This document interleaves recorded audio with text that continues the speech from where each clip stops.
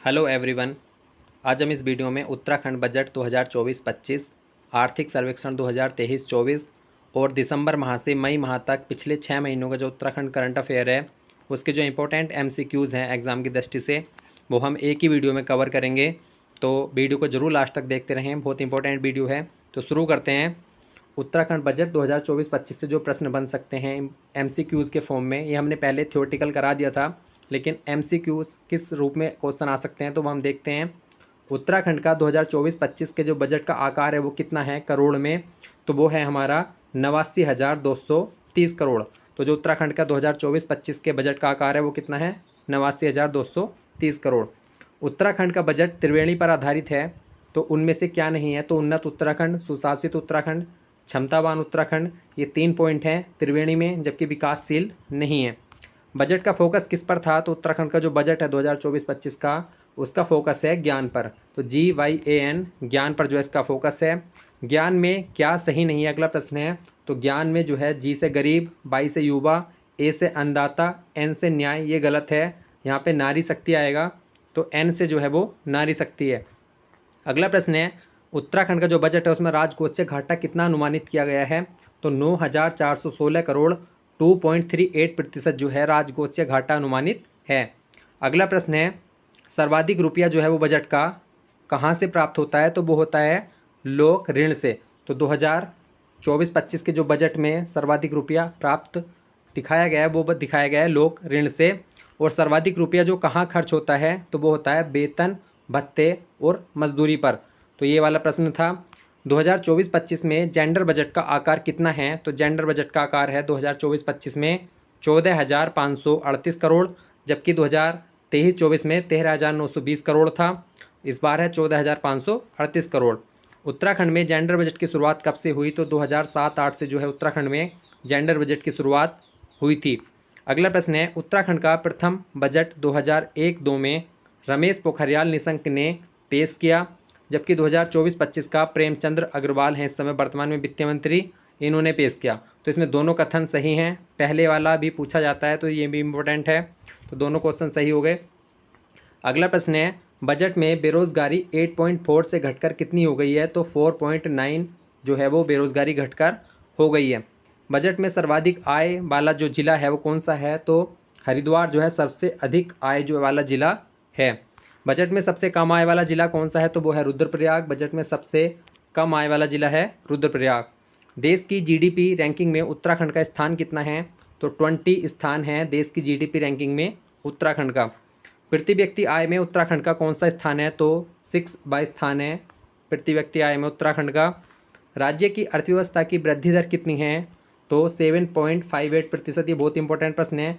राज्य की अर्थव्यवस्था की वृद्धि दर कितनी है, 7.58। 38वें राष्ट्रीय खेल के लिए बजट में कितने करोड़ का प्रावधान किया गया है, तो 250 करोड़ का प्रावधान किया गया है 38वें राष्ट्रीय खेल के। अगला प्रश्न है, 2023-24 में उत्तराखंड में प्रति व्यक्ति आय कितनी है अनुमानित है, तो 2,60,201 जो है उत्तराखंड में प्रति व्यक्ति आय अनुमानित है 2023-24 में। जीएसडीपी का आकार यूके में 2023-24 में प्रस्तावित है, तो वो है 3,94,675, जबकि 2023-24 में 3,46,206 था। उत्तराखंड की अर्थव्यवस्था में सर्वाधिक योगदान किसका है, तो द्वितीयक क्षेत्र का है।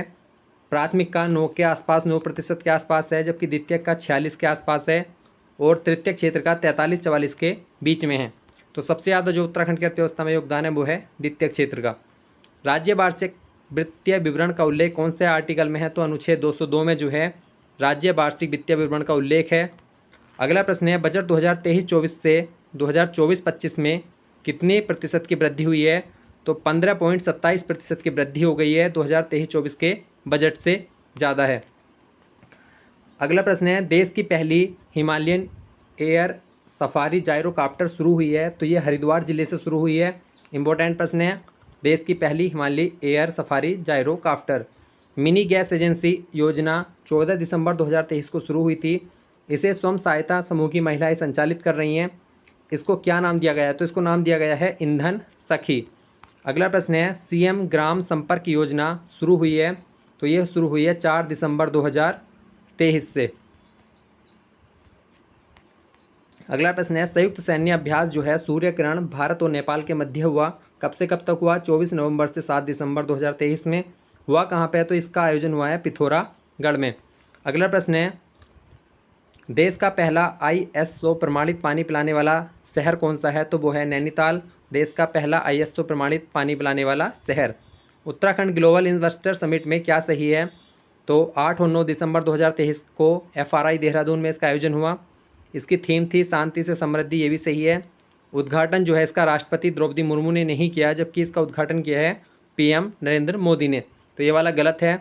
जबकि मेड इन इंडिया की तर्ज पे जो है बैडिंग इन इंडिया की शुरुआत यहाँ पे हुई है।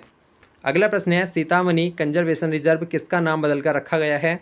तो पवलगढ़ कंजर्वेशन रिजर्व का नाम बदलकर सीतामढ़ी कंजर्वेशन रिजर्व रखा गया है। अगला क्वेश्चन है एक जिला एक उत्पाद योजना में कृषि क्षेत्र में दूसरा स्थान मिला है, तो वो मिला है उत्तरकाशी को। यहाँ पे लाल चावल के लिए जो है इसको स्थान दिया गया है। अगला प्रश्न है पद्म सम्मान 2024 में उत्तराखंड में एकमात्र व्यक्ति को जो है पद्मश्री अवार्ड मिला है, वो हैं यशवंत सिंह खटोच। यशवंत सिंह खटोच को जो है पद्मश्री सम्मान से सम्मानित किया गया है 2024 में। PM Modi Prasar Bharati FM relay केंद्र कहाँ पर शुरू किया गया? तो ये शुरू किया गया है हल्द्वानी में, PM मोदी के द्वारा प्रसार भारती का FM रिले केंद्र। अगला प्रश्न है विश्व का सबसे बड़ा गुरुकुल का शिलान्यास कहाँ पे हुआ है? तो ये हुआ है हरिद्वार में। विश्व का सबसे बड़ा गुरुकुल का शिलान्यास किसने किया है? राजनाथ सिंह ने किया है हरिद्वार में। अगला प्रश्न है देश का पहला तेंदुआ संरक्षण केंद्र कहाँ पर बनेगा? तो ये बनेगा गंगोत्री राष्ट्रीय उद्यान में, देश का पहला तेंदुआ संरक्षण केंद्र। अगला प्रश्न है सतत विकास लक्ष्य हासिल करने वाला उत्तराखंड का पहला जिला कौन सा बन गया है? तो वो बन गया है नैनीताल, सतत विकास लक्ष्य हासिल करने वाला उत्तराखंड का पहला जिला। अगला प्रश्न है उत्तराखंड साहित्य गौरव सम्मान 2024 में कितने लोगों को मिला है? तो ये मिला है 10 लोगों को, जबकि 2023 में कितने लोगों को मिला था? 9 लोगों को ये मिला था। देश के पहले CDS स्वर्गीय जनरल बिपिन सिंह रावत जी की प्रतिमा का अनावरण कहाँ पर हुआ है? तो वो हुआ है देहरादून में। इनकी प्रतिमा का अनावरण हुआ है देहरादून में। ऑपरेशन मुक्ति अभियान चलाया गया है, तो ये किससे संबंधित है? तो ये है भिक्षावृत्ति को रोककर जो है बच्चों को शिक्षा उपलब्ध कराई जाए, तो ऑपरेशन मुक्ति अभियान इससे संबंधित है। अगला प्रश्न है उत्तराखंड के सभी उत्पादों को अब किस नाम से जाना जाएगा? तो वो जाना जाएगा हाउस ऑफ हिमालयाज के नाम से। उत्तराखंड के सभी उत्पादों को अब जाना जाएगा हाउस ऑफ हिमालयाज के नाम से। उत्तराखंड का पहला मानसिक दिव्यांग पुनर्वास केंद्र जो है कहाँ पर बनेगा? तो ये बनेगा रुद्रपुर में। इंपॉर्टेंट है। निर्वाचन आयोग द्वारा घोषित ब्रांड एम्बेसडर अंकिता ध्यानी का संबंध कहाँ से है? तो इनका संबंध है पौड़ी से। निर्वाचन आयोग द्वारा इनको ब्रांड एम्बेसडर घोषित किया गया है अंकिता ध्यानी को। देश के सबसे बड़े हरित हाइड्रोजन पायलट प्रोजेक्ट की शुरुआत THDC के द्वारा कहाँ पे की गई है? तो ऋषिकेश में जो है देश के सबसे बड़े हरित हाइड्रोजन पायलट प्रोजेक्ट की शुरुआत हुई है। भारत का पहला एस्ट्रो खगोल ब्लेज बेनीताल जो है कहाँ पर है? तो ये चमोली में है। देश का पहला एस्ट्रो खगोल ब्लेज के रूप में इसे विकसित किया जा रहा है। सिलक्यारा टनल में कौन सा ऑपरेशन चलाया गया था? तो सिलक्यारा टनल में ऑपरेशन जिंदगी चलाया गया था सिलक्यारा टनल में। अगला प्रश्न है सिलक्यारा टनल में इंटरनेशनल टनलिंग एक्सपर्ट जो थे अर्नोल्ड डिस्क, इनका संबंध कौन से देश से है? तो ये ऑस्ट्रेलिया के थे। इन्होंने सिलक्यारा टनल में जो ऑपरेशन चला था वहाँ पे इंटरनेशनल टनलिंग एक्सपर्ट की भूमिका निभाई थी, और इनका नाम है अर्नोल्ड डिस्क। सिलक्यारा टनल से कौन सा कथन गलत है? तो उत्तरकाशी में है सिलक्यारा टनल, सही है।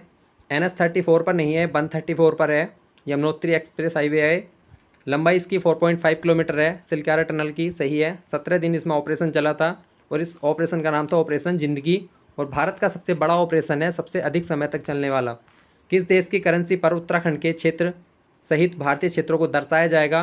तो ये नेपाल की करेंसी है। 100 रुपये का नोट जारी करेगा नेपाल। वहाँ पर जो है पिथौरागढ़ चंपावत के कुछ क्षेत्र हैं जो इस नोट पर दर्शाए जाएंगे। उत्तराखंड पर्यटन विकास बोर्ड ने बेहतर खगोल अनुभव प्रदान करने के लिए पहल शुरू की है, तो वो की है नक्षत्र सभा के रूप में। उत्तराखंड पर्यटन विकास बोर्ड जो है बेहतर खगोल सुविधा प्रदान करने के लिए इस पहल को शुरू किया है। उत्तराखंड में योजना आयोग के स्थान पर गठित किया गया है, तो योजना आयोग के स्थान पर सेतु का गठन किया गया है योजना आयोग के स्थान पर। सम्मिलित करना है तो भू कानून से संबंधित जो समिति बनाई गई थी उसके अध्यक्ष कौन थे? तो सुभाष कुमार थे। UCC यूनिफॉर्म सिविल कोड जो है एक समान सिविल संहिता, इसके जो अध्यक्ष हैं वो रंजना देसाई हैं। सिलक्यारा सुरंग हादसा जो है उसकी जांच कमेटी बैठाई गई थी, तो उसके अध्यक्ष हैं डॉक्टर शांतनु सरकार। और सेतु के उपाध्यक्ष अभी हाल ही में कौन बनाए गए, तो वो बनाए गए हैं राजशेखर जोशी। तो ये DCBA लास्ट वाला ऑप्शन हमारा सही है। अगला प्रश्न है, best tourism village award Sarmoli गांव को मिला था, ये कहाँ पे स्थित है, तो ये पिथौरागढ़ में है सरमोली गांव। Tenzing Norgay national adventure award जो है किनको मिला है, तो वो मिला है सविता कंसपाल जी। इनका अभी कुछ दिन पहले भूस्खलन से निधन हो गया था, तो इनको ये Tenzing Norgay national adventure award मिला है। स्वतंत्रता के बाद UCC लागू करने वाला उत्तराखंड पहला राज्य बन गया है। इस विधेयक को राष्ट्रपति की मंजूरी कब मिली है, तो वो मिली है 11 मार्च 2024 को।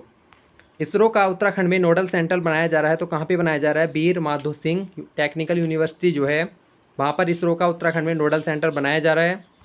अगला प्रश्न है, लोकसभा चुनाव उत्तराखंड में कब संपन्न हुए, तो 19 अप्रैल 2024 को लोकसभा की 5 सीट पर जो है उत्तराखंड में चुनाव संपन्न हुए हैं। पोलिंग पार्टी लौटने के बाद उत्तराखंड में जो रिकॉर्ड आया सामने वो कितने प्रतिशत है, तो वो है 57.24% जो है उत्तराखंड में मतदान हुआ है। तो ये हमारे जो है दिसंबर से मई माह तक 6 महीने का उत्तराखंड करंट अफेयर और उत्तराखंड बजट और आर्थिक सर्वेक्षण के जो इंपॉर्टेंट MCQs थे वो हमने इस वीडियो में कराए हैं। तो वीडियो को लाइक शेयर जरूर करें और चैनल को जरूर सब्सक्राइब करें। धन्यवाद।